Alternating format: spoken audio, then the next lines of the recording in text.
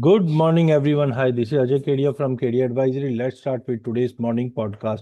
तो सबसे पहले ये पॉडकास्ट एक एजुकेशन पर्पस के लिए मैं यहाँ पे खाली आपको डेटा दे रहा हूँ ताकि आप तक सही इंफॉर्मेशन पहुंचे और आप अच्छा डिसीजन ले पाए। स्कैम से बचते रहिए। सबसे पहले अगर हम ग्लोबल मार्केट की अगर हम बात करें तो ग्लोबल मार्केट के अंदर कल बड़ा कोहराम मचता हुआ दिखाई दिया। हमने देखा विक्स 19.40 मतलब करीबन 20 के करीब पहुंचता हुआ दिखाई दिया। विक्स का बढ़ना मतलब अनसर्टेनिटी बढ़ना, और जब भी अनसर्टेनिटी बढ़ती है तो सेफ हेवन बाइंग हम डॉलर में तो देखते हैं। तो कल डॉलर में भी हमने एक रिकवरी आते हुए देखी और प्राइजेस 101.30 के करीब पहुंच चुका है। बिटकॉइन काफी स्टेबल था, लेकिन इक्विटी मार्केट के अंदर हमने गिरावट आते हुए देखी, जहां पे डाउजोन, एस&पी, नैस्डैक सभी जगह पे हमने एक अच्छा खासा फॉल मार्केट में आते हुए देखा। टाइमिंग लग रहा है ऐसा है कि अनसर्टिनिटी कंटिन्यू मार्केट में प्रिवेल करते हुए दिखाई देगी, और उसी के नतीजन हमने कल एक सेल ऑफ गोल्ड में भी आते हुए देखा। At one point of time ऐसा लग रहा था कि सोना अब रुकेगा नहीं, बट हाँ, आज मॉर्निंग में मार्केट रिकवर करता हुआ दिखाई दिया और 4050 के करीब ट्रेड करता हुआ दिखाई दिया। वहीं चांदी में भी हमने कल बड़ी गिरावट आती हुई दिखी, क्योंकि 60 के ऊपर आ गया था मार्केट। वो ऐसा लग रहा था कि 60 के ऊपर होने से मार्केट कहीं ना कहीं सपोर्टिव ही रहने वाला है। पर जिस ढंग से हमने देखा कि यहाँ पे सिनेरियो थोड़े थोड़े चेंज हो रहे हैं, लोगों का कॉन्फिडेंस जो है चांदी में थोड़ा कम जरूर होता हुआ दिखाई दे रहा है, बट ओवरऑल लग रहा है कि सिनेरियो आने वाले कुछ सेशंस में अच्छा रहेगा। सबसे पहले कच्चे तेल की बात करते हैं, बिकॉज कच्चे तेल में हुआ क्या है, प्राइजेस $100 का लेवल पार कर चुका है। $100 का लेवल पार करना इंपॉर्टेंट है। देखिए, ब्रेंट $100 का लेवल छुआ है, करीबन 14% एक ही हफ्ते में बढ़ा है, जिस ढंग से मिडिल ईस्ट में टेंशन बढ़ता हुआ दिखाई दिया है। अब ये कहीं ना कहीं ब्लैक सी, रेड सी और स्ट्रेट ऑफ हॉर्मुज तीनों की तरफ से हमने कंसर्न देखा, जिसकी वजह से ये तेजी बनती हुई दिखाई दी।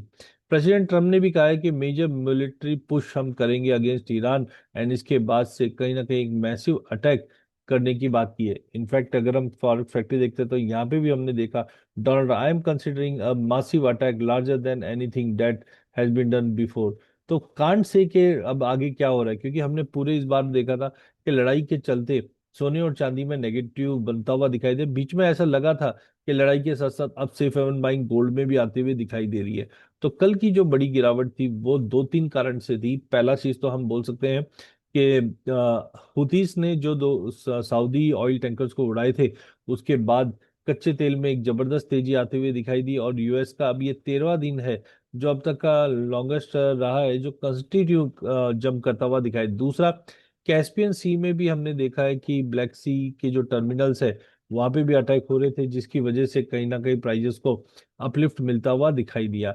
बट इसका ब्रेंट $100 जाना ठीक है, एक स्टोरी जरूर है, लेकिन इसका जो कैस्केडिंग इम्पैक्ट है सभी पे पड़ता। इनफैक्ट कॉटन के प्राइजेस पे आप देख लीजिए, कॉटन भी मार्केट रिकवर कर गया, बिकॉज हम जानते हैं कि पॉलिस्टर एक की इंग्रेडिएंट है। लेकिन सबसे इंपॉर्टेंट थी चांदी, बिकॉज चांदी में हुआ क्या, प्राइजेस 60 के ऊपर निकल चुका था और ऐसा लग रहा था कि ये हफ्ता 60 के ऊपर होल्ड कर जाएगा, क्योंकि अगले हफ्ते यूएस फेड इंटरेस्ट रेट के ऊपर बताने वाले थे। उम्मीद थी कि 55% का रेट हाइक की पॉसिबिलिटी है कि हम आने वाले सितंबर मंथ की जो मीटिंग है यहाँ पे हम देखेंगे कि एक रेट हाइक की पॉसिबिलिटी है।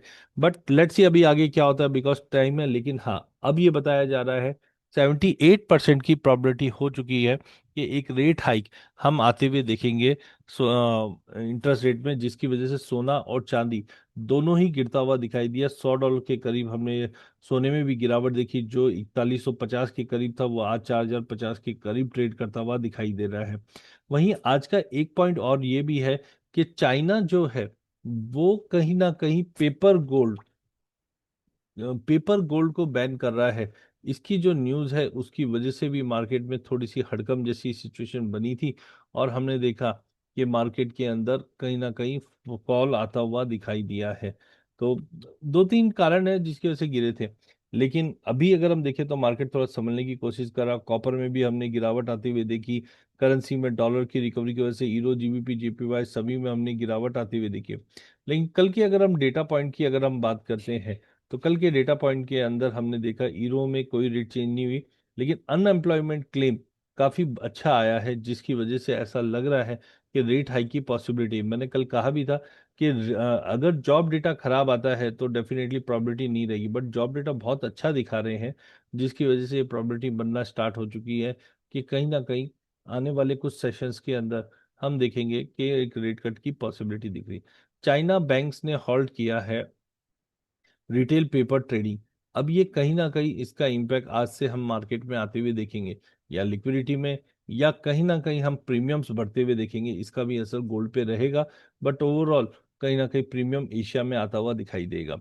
वहीं हमने देखा नेचुरल गैस की इन्वेंट्री में भी हमने एक बढ़ोतरी आती हुई दिखी एक्सपेंस। इसकी वजह से नेचुरल गैस में भी कल हमने एक तेजी के बाद मार्केट डाउन होते हुए देखा। आज के डेटा सेट की अगर हम बात करते हैं तो आज के Friday Friday general reverse trade होता है, लंबा चौड़ा लिस्ट है जहां पे हम देखेंगे जापान से भी डेटा आना स्टार्ट हो चुके हैं, बट यूरो जोन से मैन्युफैक्चरिंग एंड सर्विस पीएमआई के आंकड़े रहेंगे। ज्यादा बड़ा इवेंट तो नहीं है, बट हाँ, मैन्युफैक्चरिंग और सर्विस पीएमआई के आंकड़े रहने न्यू होम सेल्स के साथ साथ।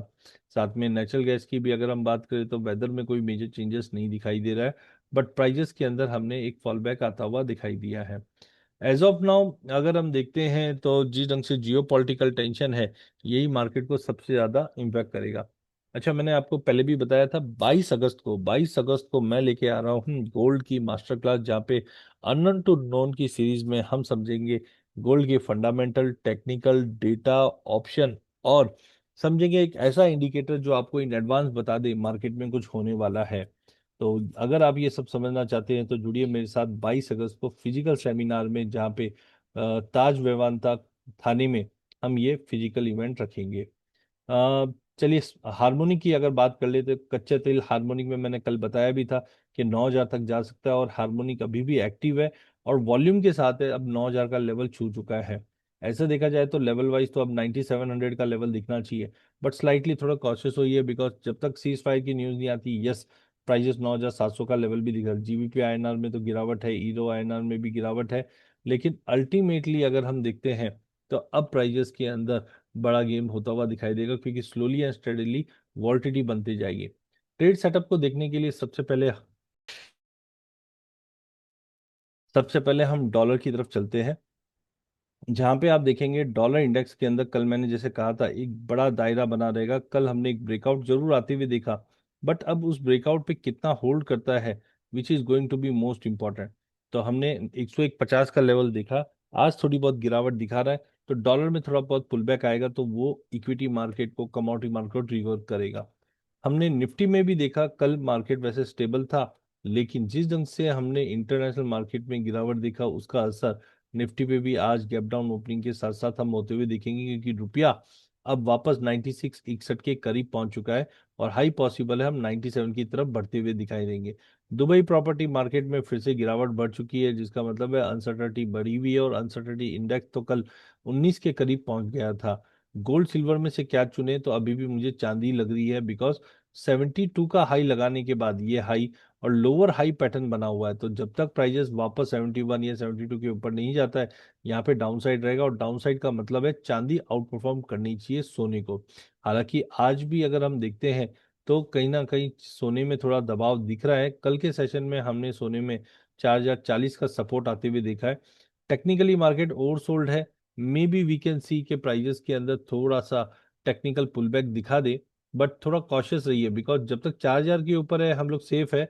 4,000 से 4,100 का रेंज मार्केट में रहना चाहिए, बट आज शुक्रवार भी है, और कल के ड्रॉप के बाद, कल जैसे मॉर्निंग में मैं सोच रहा था कि मार्केट में एक ड्रॉप दिखेगा, इवनिंग में रिकवरी आ जाएगी, क्योंकि ईसीबी की मीट के बाद लग रहा था वैसा, लेकिन वैसा हुआ नहीं।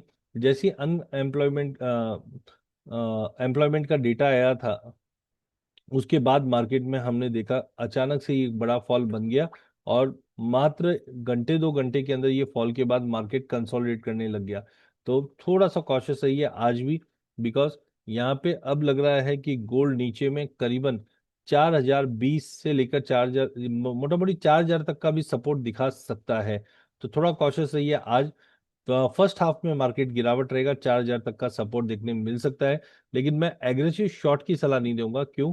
क्योंकि ऊपर में अगर ये 4,070 मतलब 50 मूविंग एवरेज और 200 मूविंग एवरेज के ऊपर निकला तो रिकवरी बन भी सकती है, बट थोड़ा सा दिन में एक प्रेशर रहेगा। लेकिन चांदी में प्रेशर उतना कम रहेगा, क्योंकि चांदी ऑलरेडी काफी बड़ा फॉल ले चुकी है। बट यस, आज दिन में मुझे लगता है कि प्राइजेस को जो सीधा सपोर्ट बन रहा है वो 5640 का बन रहा है। यहाँ पे मार्केट थोड़ा सा ड्रॉप ले सकता है, तो दिन में सोने और चांदी में दबाव रहेगा। अगर पोजिशन है तो थोड़ा कम कीजिए, बट ओवरऑल 140 का सपोर्ट गोल्ड में रहेगा। यहाँ पे भी हम देख रहे हैं कि सोने में गिरावट बढ़ी है। कल 146 का लेवल हमने डे बिफोर यस्टरडे देखा था, उसके बाद कंसिस्टेंटली फॉल आया है मार्केट के अंदर। कल ऐसा लग रहा था कि ईसीबी के बाद मार्केट में उछाल लग जाएगा, बट हुआ नहीं है। तो नीचे में आज 141,700 मतलब 1000 पॉइंट नीचे एक बार जा सकता है, ध्यान रखना इस चीज का। तो डेटा के साथ जो बता रहा हूं मैं उसके हिसाब से थोड़ा एक बार वीकनेस है। तो 141,500 तक का लेवल आप मान के चलो। अगर मौका मिले तो 143 तक बेचो, 141,500 तक कवर कर लो, 141 तक वापस एवरेज कीजिए ताकि वापस 144 तक का लेवल मिल जाए। बट 141 तक का लेवल गोल्ड में मिलेगा। चांदी के अंदर भी देखिए हमने फॉल तो देखा था प्राइजेस में, करीबन 218 तक आ गया था, फिर मार्केट रुका हुआ जरूर है, बट अभी भी थोड़ा सा ऐसा लग रहा है कि प्रेशर बिल्टअप हो सकता है। आज शुक्रवार भी है तो इनिशियल गिरावट ले ले, लेकिन शाम के सेशन में मे बी ये जो गैप है ये फुलफिल करने के बाद रिकवरी आ जाए तो नीचे में 2,16,500 तक का लेवल दिखा दे। क्या इसका मतलब है लॉन्ग टर्म मार्केट में वापस रिकवरी बंद हो जाएगी? नहीं, लॉन्ग टर्म रिकवरी अभी भी कंटिन्यू जारी है। ओवरऑल यहाँ से मार्केट रिकवर करता हुआ दिखाई दे सकता है। कच्चा तेल या नेचुरल गैस, तो यहाँ पे मुझे लगता है अभी भी कच्चे तेल के अंदर तेजी जारी रहेगी। ब्रेंट क्रूड में थोड़ा सा पुल बैक जरूर आया है, बट जब तक प्राइजेस 8,700 के नीचे नहीं आता, ऊपर में 9,200 तक का मैक्सिमम लेवल दिखा सकता है। नेचुरल गैस में आज रिकवरी बनेगी, लेकिन 290 के ऊपर ही तेजी बनेगी। कॉपर में काफी अच्छी गिरावट आई है, लेकिन लेट्स सी आज अगर 13,16 के करीब आता तो बाइंग करके चलिए, वापस 13,26 के ऊपर 13,40 की दौड़ लगाता हुआ दिखाई देगा।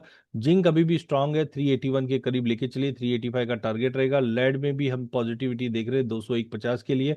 और एल्यूमिनियम की अगर हम बात करें तो यहाँ पे भी 350 के टारगेट के लिए हम लेके चल सकते हैं। लास्ट निकल रहेगा, निकल में 1650 का सपोर्ट है। इसी के साथ मेरा सेशन एंड करता हूँ। बहुत बहुत धन्यवाद। चैनल को जरूर सब्सक्राइब कीजिए। इस चैनल में हम आप तक इक्विटी, कमोडिटी, करेंसी के अपडेट लाते रहेंगे। वीडियो पसंद आने पर लाइक और शेयर जरूर कीजिए। धन्यवाद।